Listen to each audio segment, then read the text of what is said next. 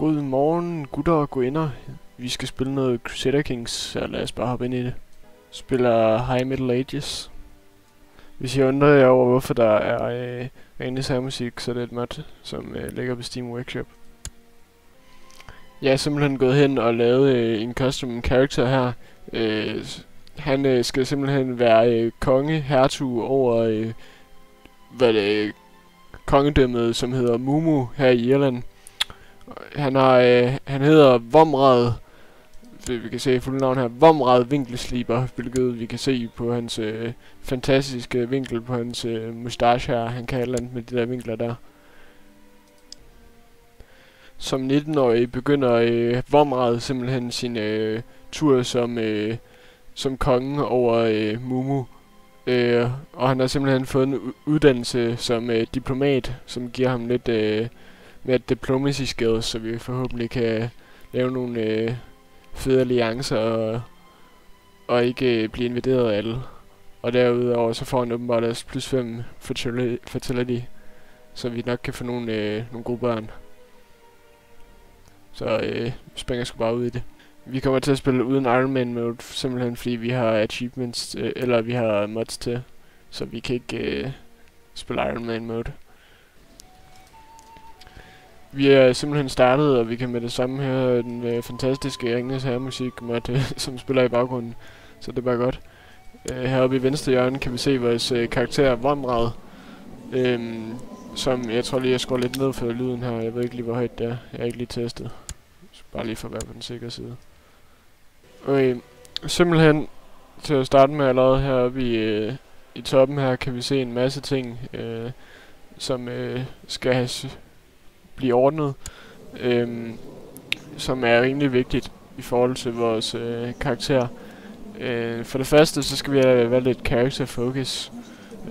Jeg skal lige hurtigt ned for spillet igen her. Jeg skal lidt for højt. Ambience.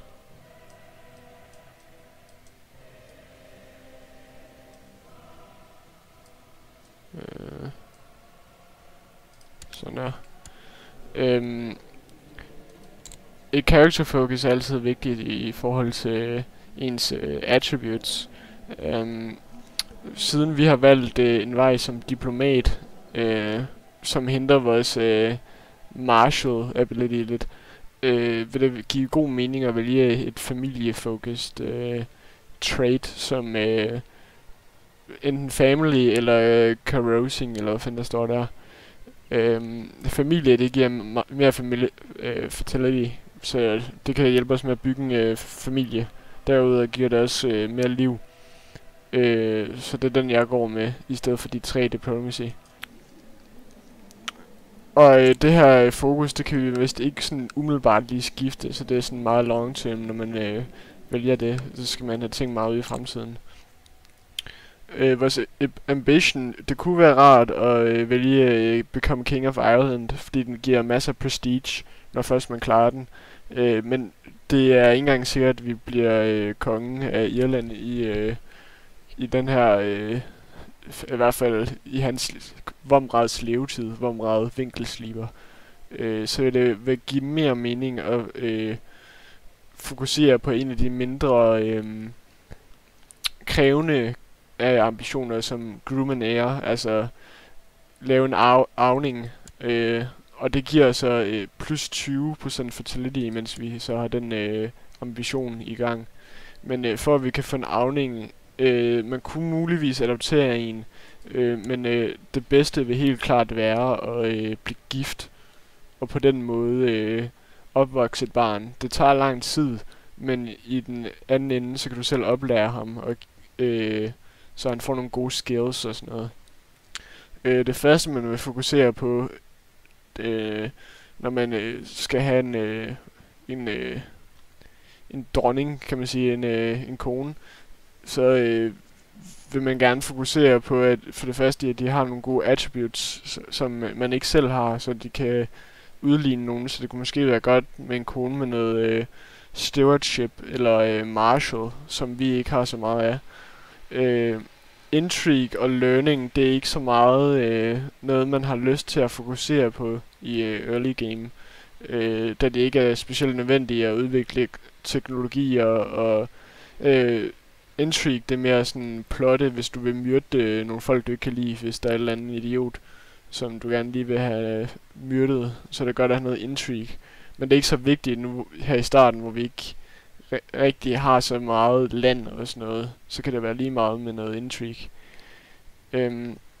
Det kunne være fedt, hvis personen var for ens egen kultur, men det er ikke så vigtigt igen. Og så derfor, det er også vigtigt at have nogen, der har nogle gode gener, kan man sige. Så hvis de er stærke, eller hurtige, eller et eller andet i den stil, så går det videre til ens børn, og så kan de få de traits. Så det er egentlig det, jeg primært vil lede efter. Og som vi kan se her, så er hende her Beatrice fra Frankrig, hun er fransk. Hun har herlep, hvilket er et mindre charmerende trait at have, som giver minus diplomacy. Og det er sådan et gen, som vil arve videre til børnene, så hende vil vi helst undgå. Okay, så uheldigvis så kunne jeg ikke finde nogen med nogle gode gener, men jeg har dog fundet en irsk kvinde, hvilket var den eneste irske, jeg kunne finde overhovedet, der havde lyst til at gifte sig på 23. Hun har faktisk horrible stats, når det kommer til det, jeg leder efter. Hun har okay diplomacy og decent martial. Hun er dog så horribel, som man overhovedet kan blive, når det kommer til økonomi. Hun er ikke gået på business college, det er i hvert fald en ting, der er sikker. Og så er hun også horribel til intrigue. Men jeg tænkte bare, at nu hun er irsk, ligesom min ethnicity, så jeg tænkte, at det vil give en eller anden form for bonus i det lange løb. Så er det bare hende, vi går med. Og jeg får 0 prestige for det her, fordi at hun er hverken højere eller lavere rank, end jeg er. Og så joiner hun også mit kort, når først hun er blevet inviteret. Når det så kommer til vores... vi har en council her, vi har sådan nogle rådgivere. Vi har en chancellor, det var sådan diplomat, vores egen diplomat. Ham kan vi sende ud til fremmede lande ude for vores territorie. Det grønne, mørkegrønne område her, det er vores territorie. Jeg ejer selv den her provins her, de 2 andre. De er ejet af mine vassals, mine egne lille undersåtter, som så giver penge til mig, og soldater og sådan noget, hvis vi skal i krig. Sagen er så, at vi har nogle forskellige positioner her i min council. Diplomaten, kan vi se, han er faktisk en vassal. Det er en af dem, der ejer, det er faktisk ham her, det er min diplomat, ham der ejer det her område her.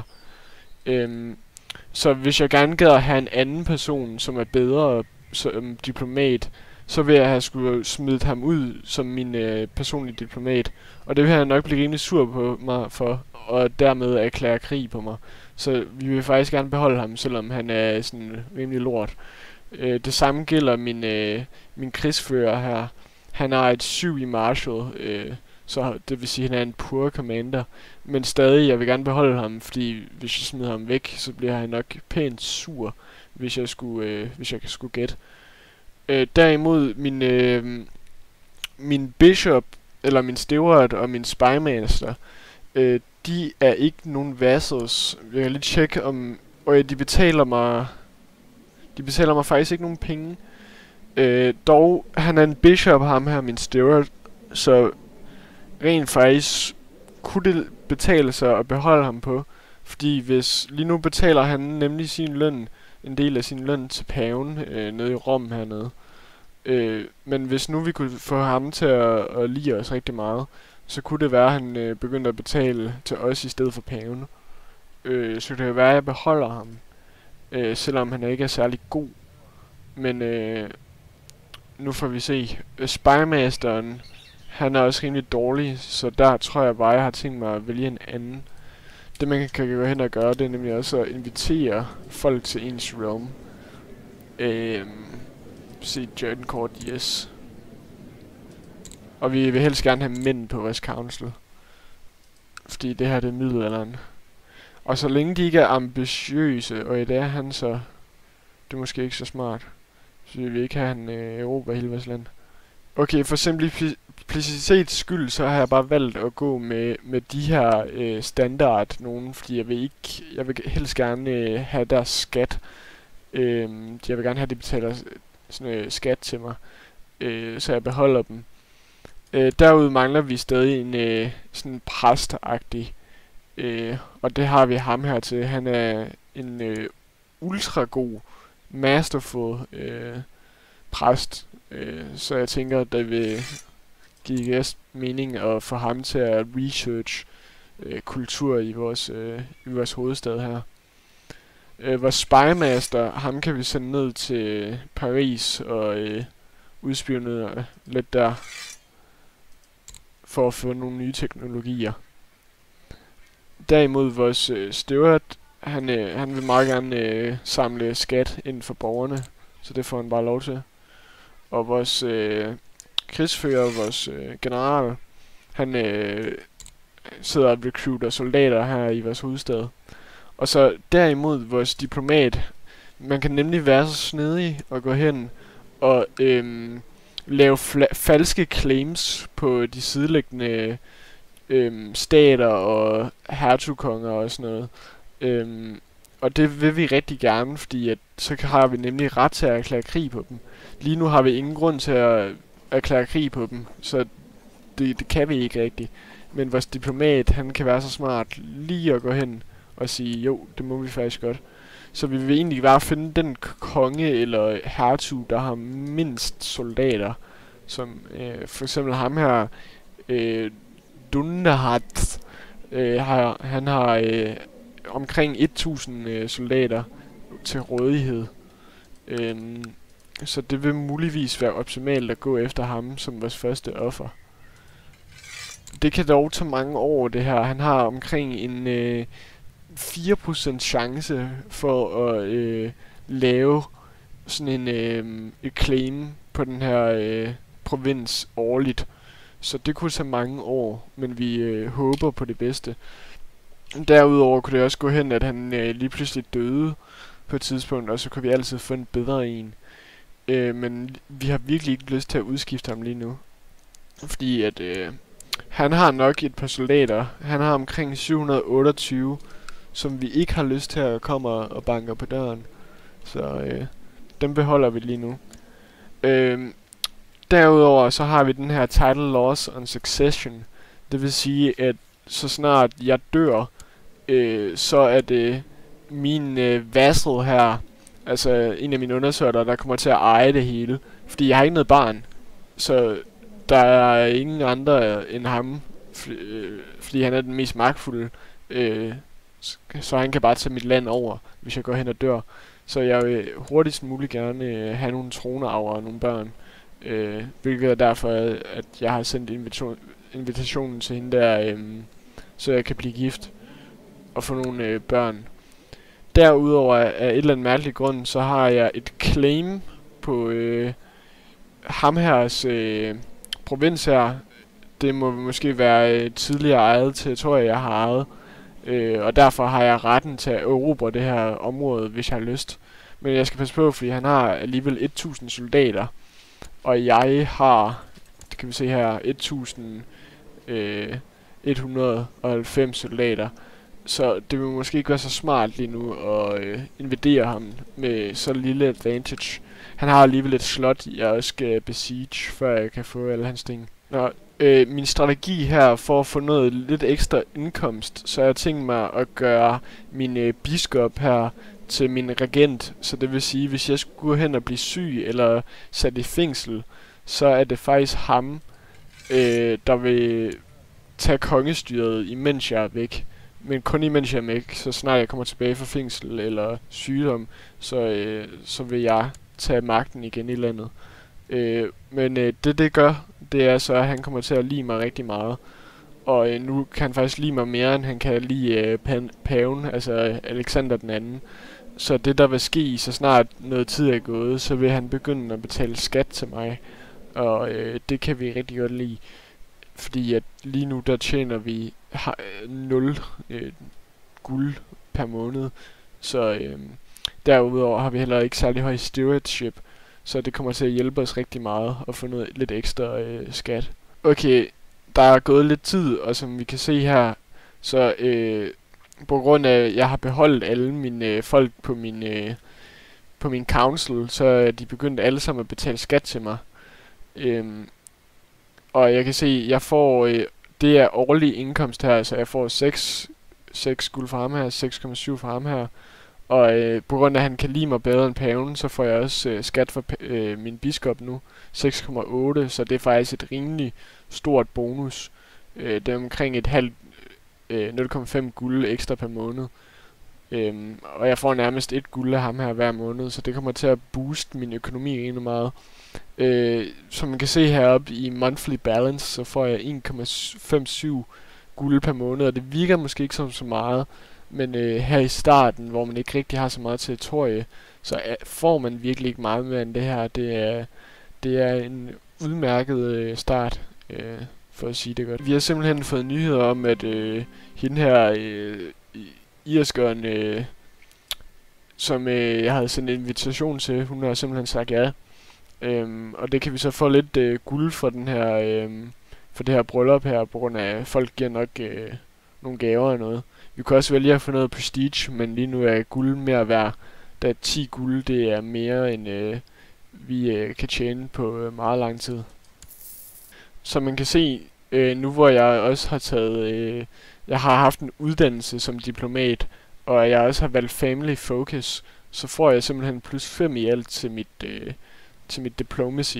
Og det gør simpelthen, at opinion of league, altså min undersøgers holdning til mig, den får jeg +9 til, bare på grund af, at jeg er så god en diplomat. Og det tragiske simpelthen gør, at er sket lige pludselig, så kunne min biskop åbenbart meget bedre lide Alexander den anden. Han har fået 52 approval of Alexander den anden, hvilket er en del højere end min 37. Så vi får ikke længere skat fra min biskop. En ting jeg glemte at nævne, det er at min kone er simpelthen gået hen og blevet lustful. Så det betyder basically bare, at der er 20% ekstra fertility. Så vi kommer nok så vi kan få pumpet nogle flere børn ud, hvilket kommer til at sikre vores hold på vores land, så vores vassals her ikke overtager dem, når jeg dør.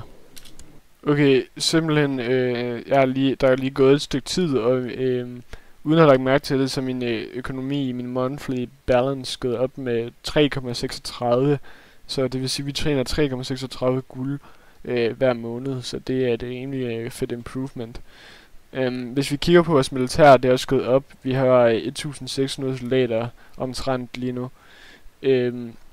Men hvis vi skulle gå hen og invadere ham hernede mod syd, som stadig har 1000 soldater, og derudover så kan vi også se, at han har et fort her, som der er næsten 600 mand stationeret inde i det her slot.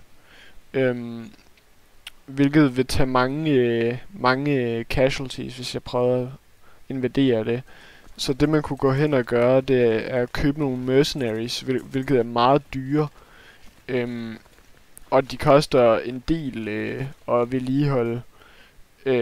Men hvis jeg kunne få sparet noget økonomi op, så kunne jeg muligvis hyre dem, og så invadere den sydlige provins her.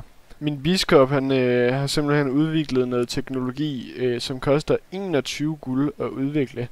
Det er rimelig meget for mig lige nu, så det går jeg hen og takker nej til, dog det vil have været meget nice, hvis jeg kunne have fået noget. Og det er simpelthen sket det, at Vomrad vinkelsliber her, han er gået hen og er blevet sådan halvparanoid. Så han er hele tiden bange for, at der er nogen, der kommer op og stikker ham i ryggen. Men jeg satser på at være modig, så jeg kan få den her trade, der hedder Trusting. Fordi jeg vil virkelig ikke være paranoid, hvilket giver -1 i Diplomacy. Og derimod så giver trusting +1 i diplomacy, så det er lige den jeg går med. Så for sådan.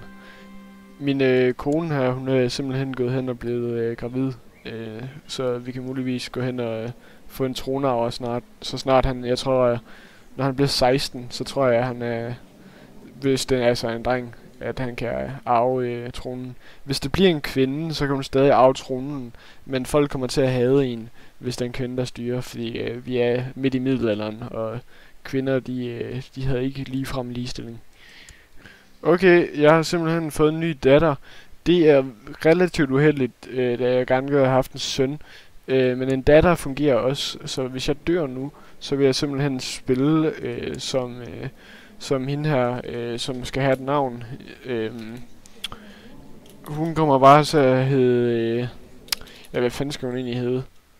Dora. Det er et genialt navn. Dora Winkelsliber. Okay, min kone har åbenbart haft en åbenbaring, og derfor er mit barn åbenbart destined to greatness. Det får vi vel da se. Og der er simpelthen gået hen og sket det, at Vomrad Winkelsliber her, han er blevet så dedikeret til brætspil, at han har tænkt sig at dedikere hele sit liv til brætspil. Det er et stort spring, men det giver virkelig nogle gode traits her. Jeg får bedre krigsføring og mere diplomati, og så er jeg også bedre på flankerne, når jeg er i krig, så det tænker jeg bare, at jeg kan dedikere hele mit liv til at spille brætspil. Det lyder rigtig godt. Der er simpelthen gået hen og sket det, at der er kommet sygdom over hele Storbritannien nærmest, så der er sygdom i Irland, i Skotland, i England, og bare lige så I ved det, årstallet af år 1069, den 26. juni, og England er blevet invaderet af Norge, så Norge ejer England nu af en eller anden mærkelig grund, og den nordlige af Normandiet. Så det er meget interessant. Jeg ved ikke lige, hvordan det skete. Jeg har ikke lagt mærke til det, men de har simpelthen taget tronen på England. Nu må jeg se, hvor lang tid det var, om de kan holde tronen. Men for nu, så vil jeg lige se, hvem er egentlig King Harald. Den hårdrøde ejer simpelthen England, så det er meget spændende. Med 11.000 soldater stationeret, så han har sikkert også en masse mercenaries.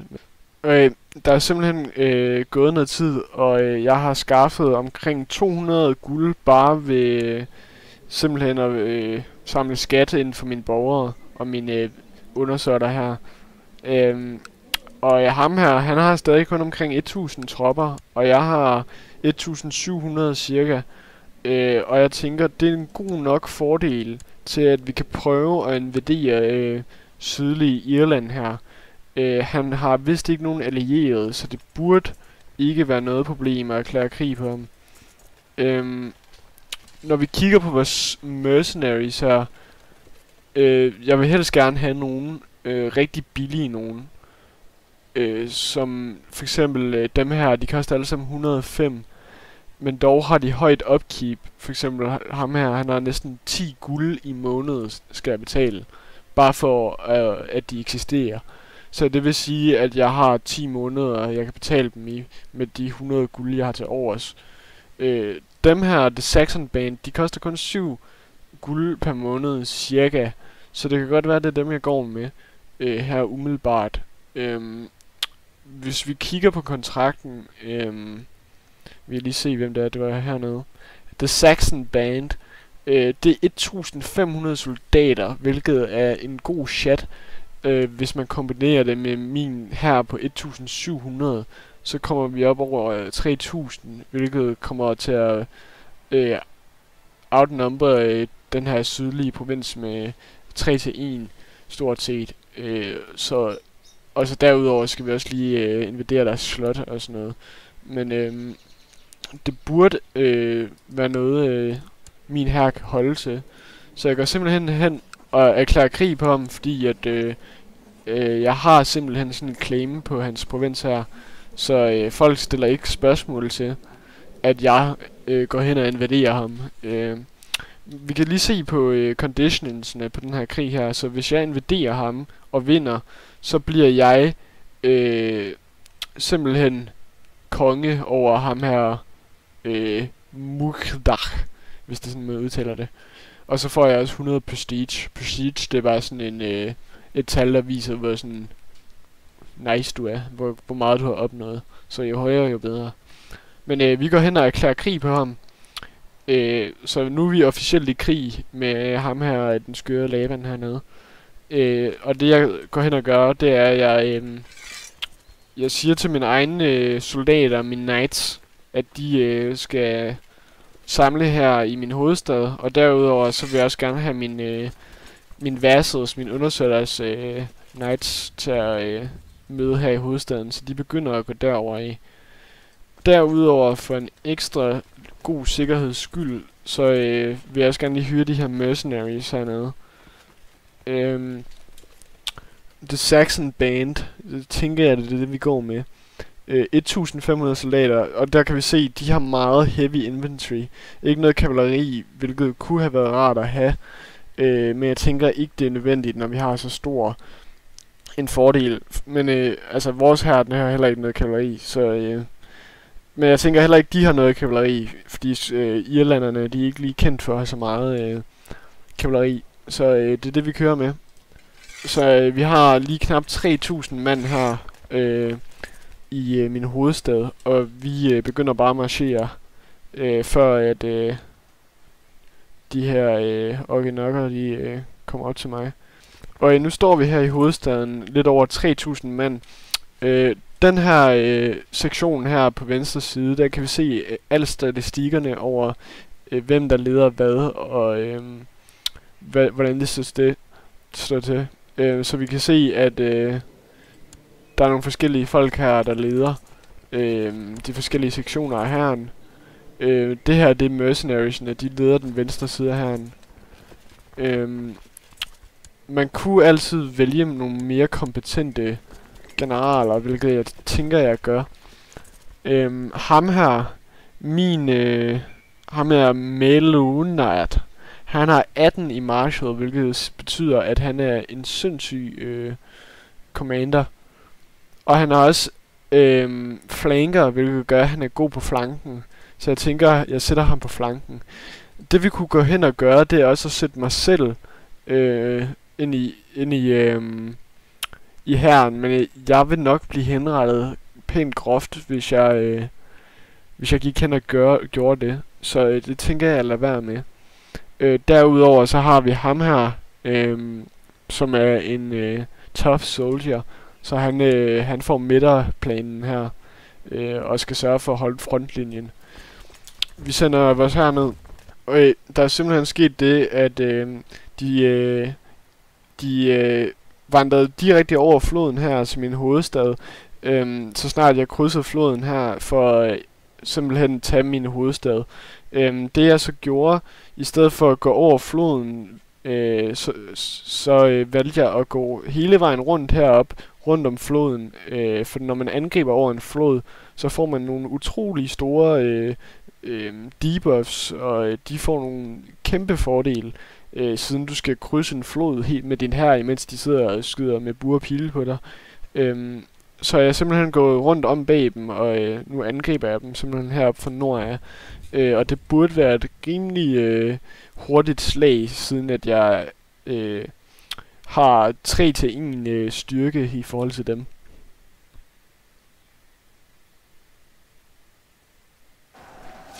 Og slaget er simpelthen begyndt, og der går simpelthen kun et par dage indtil videre, og jeg har simpelthen allerede vundet.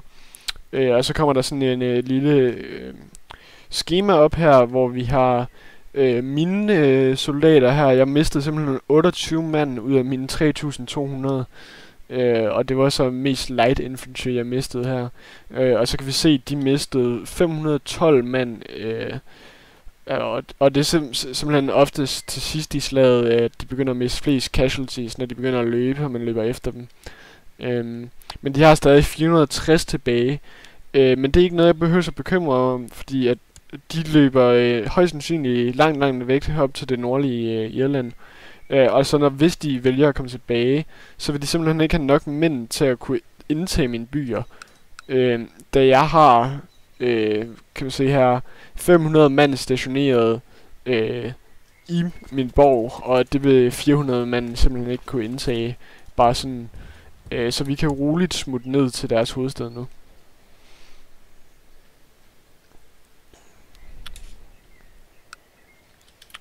Okay, belejringen af hans fort her, den er begyndt, og det kommer nok til at tage et par dage, indtil de overgiver sig. Man kan nemlig bare lade være med at angribe, og så bare vente til de udsulter. Men man kan også vælge at lave et all-out frontal attack, når først man har bygget sit siege equipment. Det kommer man dog til at miste mange soldater på. Men jeg vil gerne hurtigst muligt vinde den her krig, så jeg ikke behøver at betale de her lejesoldater her.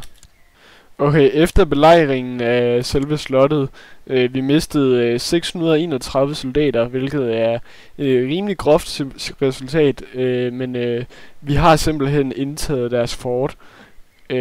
Og det meste vi mistede, det var forhåbentlig lejesoldater, og ikke vores egne elitesoldater, hvis man kan kalde det det. Og hvis vi kigger hernede, så kan man se, hvordan krigen er gået indtil videre.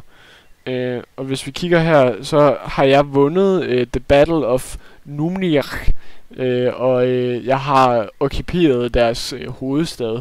Det giver mig så 100% warscore, og de har simpelthen 0%.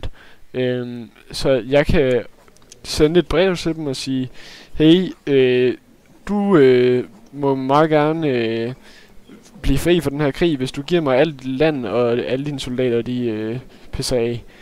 Så det gør jeg. Jeg sender mit ultimatum, og jeg har simpelthen invaderet den sydlige provins her. Og jeg skynder mig at disbande mine soldater, så jeg ikke behøver at betale for dem. Fordi lige nu, der mister jeg 7,29 guld hver tur. Og nu har vi simpelthen erobret det sydlige Irland.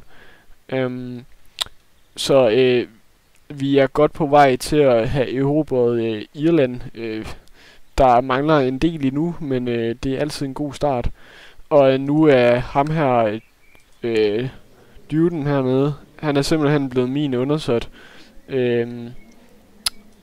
Og det kan han ikke gøre noget ved. Han er en magtfuld undersåt, men hvis han laver oprør, så kan vi altid knuse den, fordi vi har dog stadig 1500 soldater. Så vi har kommet omtrent mistet 200 i den her krig her, da det kun var lejesoldater, vi nærmest mistede i den der belejring af slottet. Så det vil jeg sige, det er et udmærket resultat med stadig 77 guld tilbage i lommen. Og så har vi også lige fået et brev her fra lederen af det skotske oprør. Hvad fanden er det? Han vil gerne simpelthen blive gift med en i mit hof. Men det må han da meget gerne, det er jeg ligeglad med. Og det var alt for den gang. Moin.